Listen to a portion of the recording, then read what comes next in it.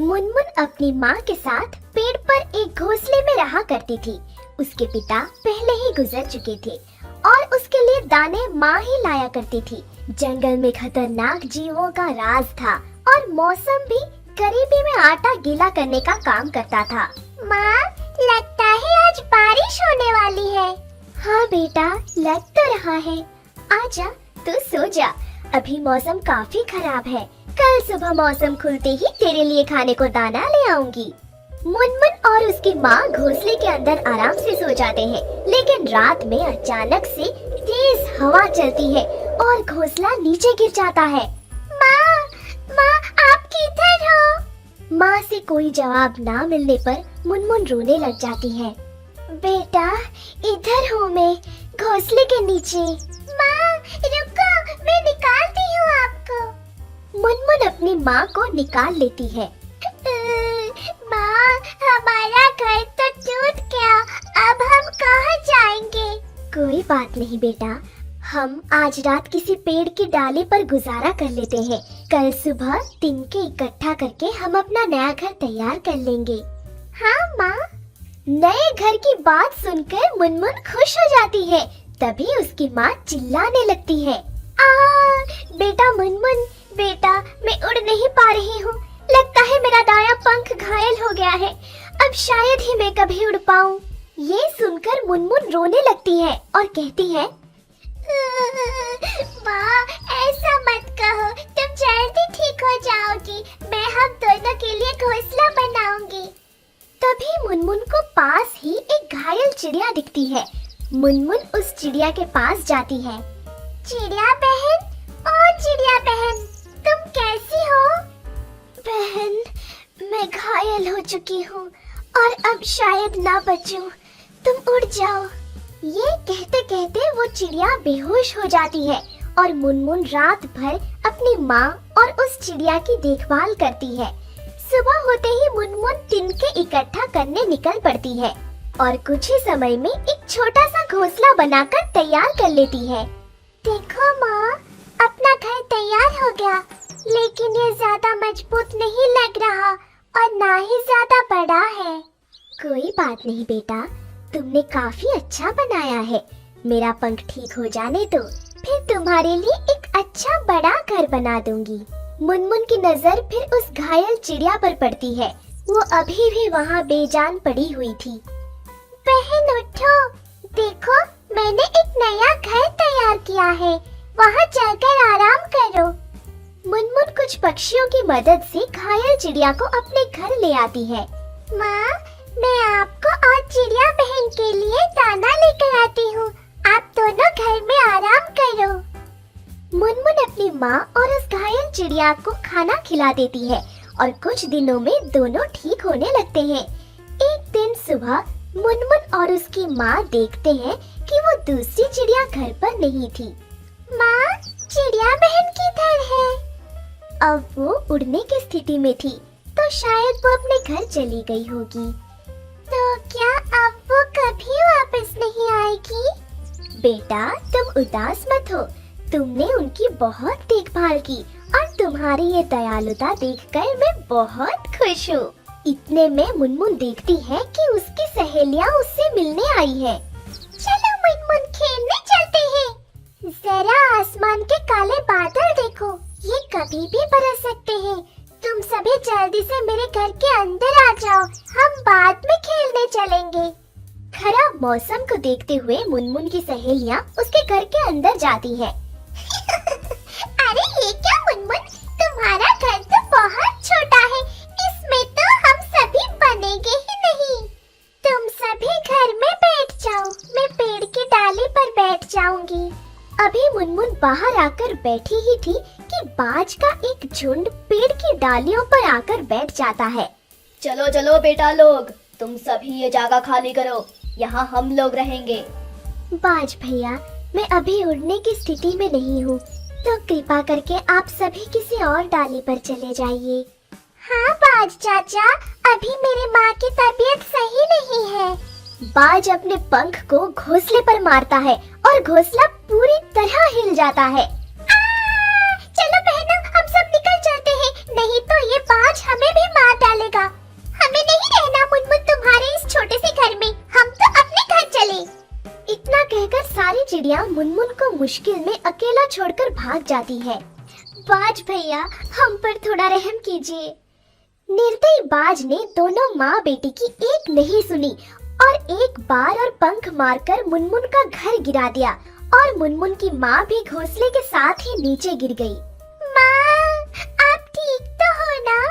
बेटा, तुम उड़ जाओ वरना ये बाज पक्षी तुम्हें भी मार देंगे। नहीं माँ, मैं आपको इस हालत में छोड़कर कहीं नहीं जाऊंगी। कोई है, हमारी मदद कीजिए। मुनमुन बहुत चिल्लाती है पर मुनमुन की मदद करने कोई भी नहीं आता। पूरी रात मुनमुन डरी हुई अपनी माँ को अपने पंखों से ढके रही। बेटा, अब हम दूसरे जंगल में रहने को चलते हैं। यहाँ हमारा कोई नहीं है और यहाँ का मौसम भी अक्सर खराब हो जाता है।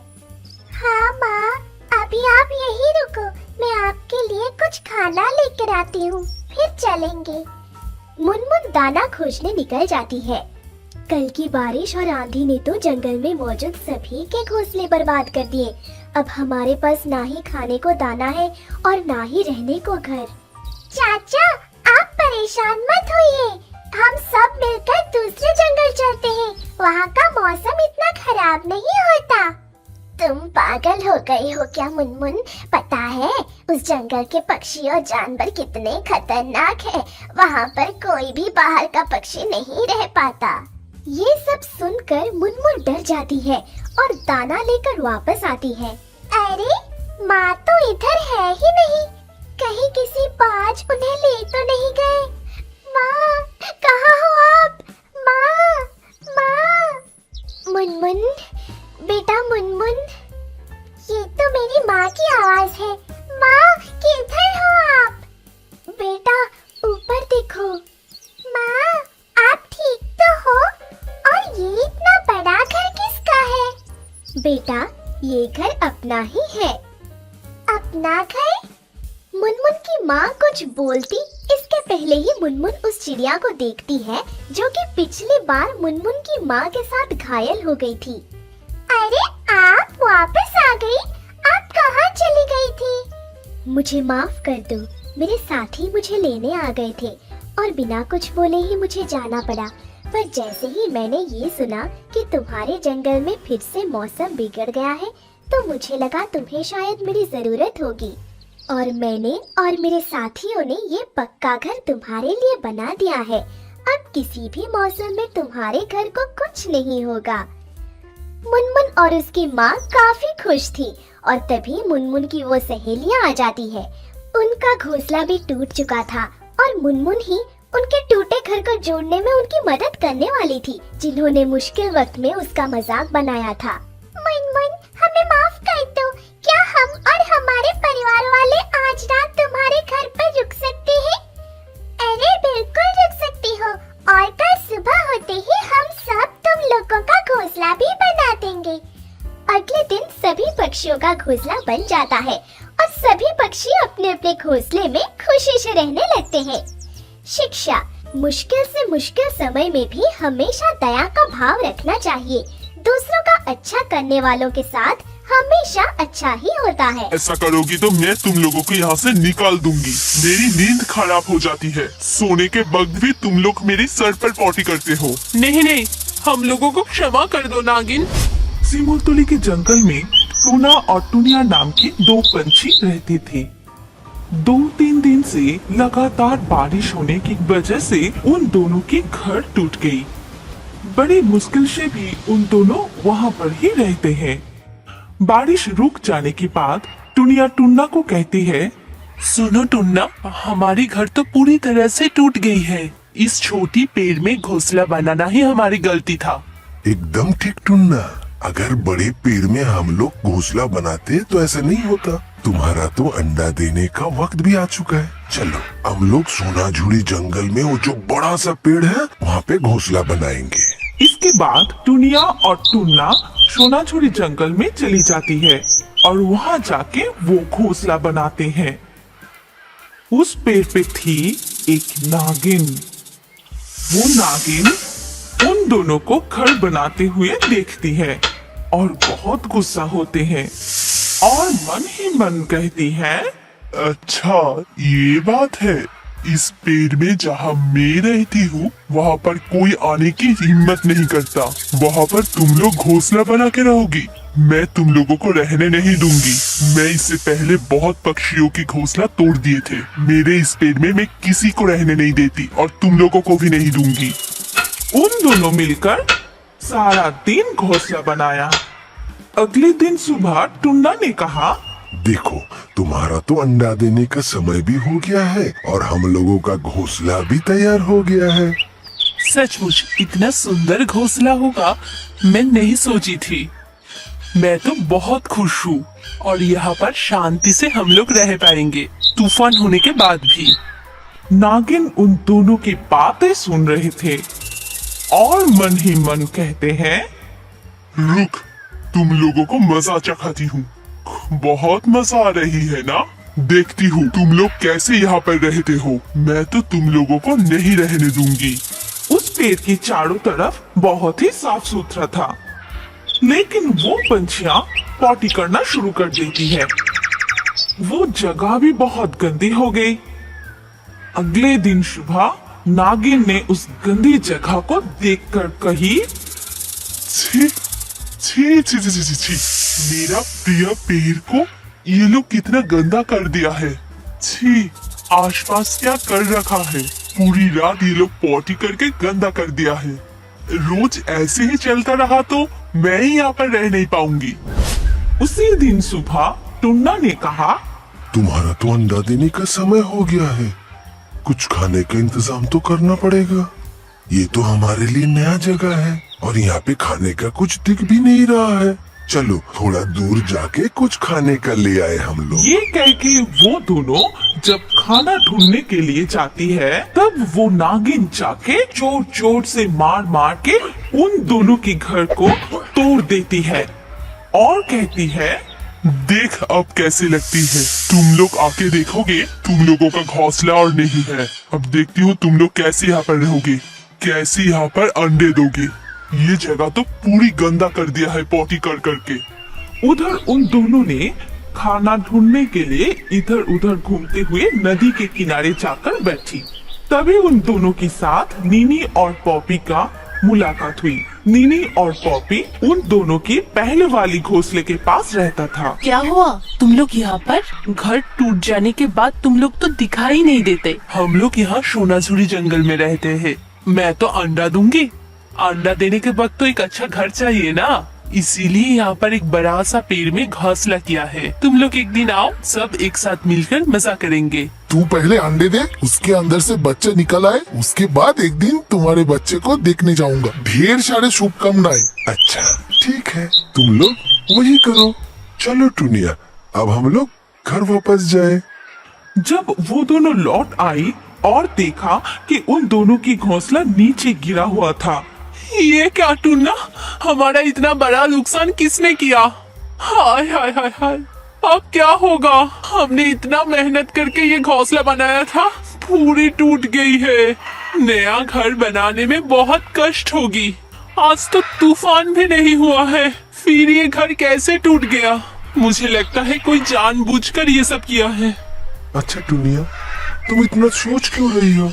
देखो जो होना था वो हो गया। अंडा देने के लिए अभी भी 2-3 दिन बाकी है। घोंसला नहीं बनेगा तो फिर तुम अंडा कैसे दोगी? चलो फिर से थोड़ा मेहनत करके एक घोंसला बनाते हैं। इसके बाद वो दोनों फिर से घर बनाने में लग गई और नागिन सब देख रही थी और मन ही मन कहा, ये तो बहुत जिद्दी पक्षी है। मैंने घोंसला तोड़ दिया, फिर भी तुम लोग इस पेड़ में ही घोंसला बना रहे हो। चलो टुनिया, हम लोग और थोड़ा मजबूत लकड़ी वकड़ी पेड़ वेड़ जुगाड़ करते हैं, जिससे कोई भी ये घोंसला आसानी से तोड़ ना पाए। फिर वो दोनों निकल पड़ती है घास और पत्तियां लाने के लिए। फिर नागिन आ गई थी उन लोगों के घर तोड़ने के लिए। ठीक उसी वक्त टूना और टूनी भी आ जाती है। रुको, खबरदार, कौन हो तुम और तुम क्यों हमारा घोंसला तोड़ रही हो? हमने तो कोई तुम्हारा नुकसान नहीं किया, सिर्फ एक घोंसला बना के हम लोग रहना चाहते हैं। नहीं, मैं मेरी पेड़ में किसी को रहने की अनुमति नहीं देती और तुम्हें भी नहीं दूंगी। तुम लोग चले जाओ, नहीं तो मैं ये फिर से तोड़ दूंगी। तुम लोग नहीं रहोगी। कृपा करके हम लोगों को रहने दो, कुछ दिन और मुझे रहने दो। अंडे से बच्चे निकलने के बाद ही हम चले जाएंगे। ऐसे हालत पर हम लोगों को यहाँ से मत निकालो। ठीक है, पर ज्यादा दिन नहीं, 2-3 दिन के अंदर तुम लोगों को चले जाना पड़ेगा। लेकिन हाँ, तुम लोग मेरी जगह को गंदा नहीं करोगे। पूरा दिन पॉटी करके तुम लोगों ने इस जगह को गंदा कर दिया है। ऐसा करोगी तो मैं तुम लोगों को यहाँ से निकाल दूंगी। मेरी नींद खराब हो जाती है। सोने के वक्त भी तुम लोग मेरे सर पर पॉटी करते हो। नहीं नहीं, हम लोगों को क्षमा कर दो नागिन, ऐसी गलती दोबारा नहीं होगी। इसी तरह एक दिन बीत जाते हैं। आज को लेकर तो 2 दिन हो ही गया। कल टुनटुनी को यहाँ से चले जाने के लिए कहूंगी। मैं आज थोड़ा सा वो खेत से घुमाती हूँ। उसी दिन सुबह टुनिया के अंडे से बच्चे निकल आती है और टुनी और टूना भी बहुत खुश थे। देख रही हो टुनिया, हमारी बच्चे बिल्कुल तुम्हारी तरह हुआ है। सुनते हो, अब तो हमारे बच्चियों को लेकर यहाँ से चले जाना पड़ेगा। एक बात तो हमने सोचा ही नहीं, बच्चियों तो अभी अभी अंडे से निकली है, अभी तो वो लोग उड़ भी नहीं पाएगा। अभी हम लोग कैसे घोंसला छोड़ के जाएंगे? तुम सही बात बोली हो। चलो हम लोग नागिन के पास जाते हैं। नागिन, नागिन, अंदर हो क्या? तुम्हारे साथ कुछ बात करनी थी। लेकिन उन दोनों को कोई आवाज नहीं मिली। अंदर से तो कोई आवाज नहीं आया। चलो हम लोग बगल के खेती वाले जमीन में देखते हैं। खेत की तरफ जाते हुए देखते हैं 2 शिकारी उन लोगों की जाल में नागिन को बंदी बना लिया था। तुम लोग नागिन को क्यों बंदी बनाए हो? तुम लोग चले जाओ, नहीं तो तुम लोगों को भी पकड़ लेंगे। नागिन के सर पे नागमणि है, नागिन को मार के वो मोनी बेच के हम लोग बहुत अमीर बन जाएंगे, समझे? हम लोग बहुत अमीर हो जाएंगे। मत मारो मुझे, छोड़ दो मुझे। तुम परेशान मत हो नागिन, हम लोग है ना। तुमने हमें मुसीबत के समय रहने दिया था, हम लोग तुम्हें कुछ नहीं होने देंगे। ऐसा है क्या? तुम लोग हमारे साथ लड़ोगे? तुम लोगों का इतना हिम्मत? इसके बाद टुनिया और टुनी मिलकर उन दोनों शिकारी को सर पर जोर जोर से मारने शुरू कर देती है।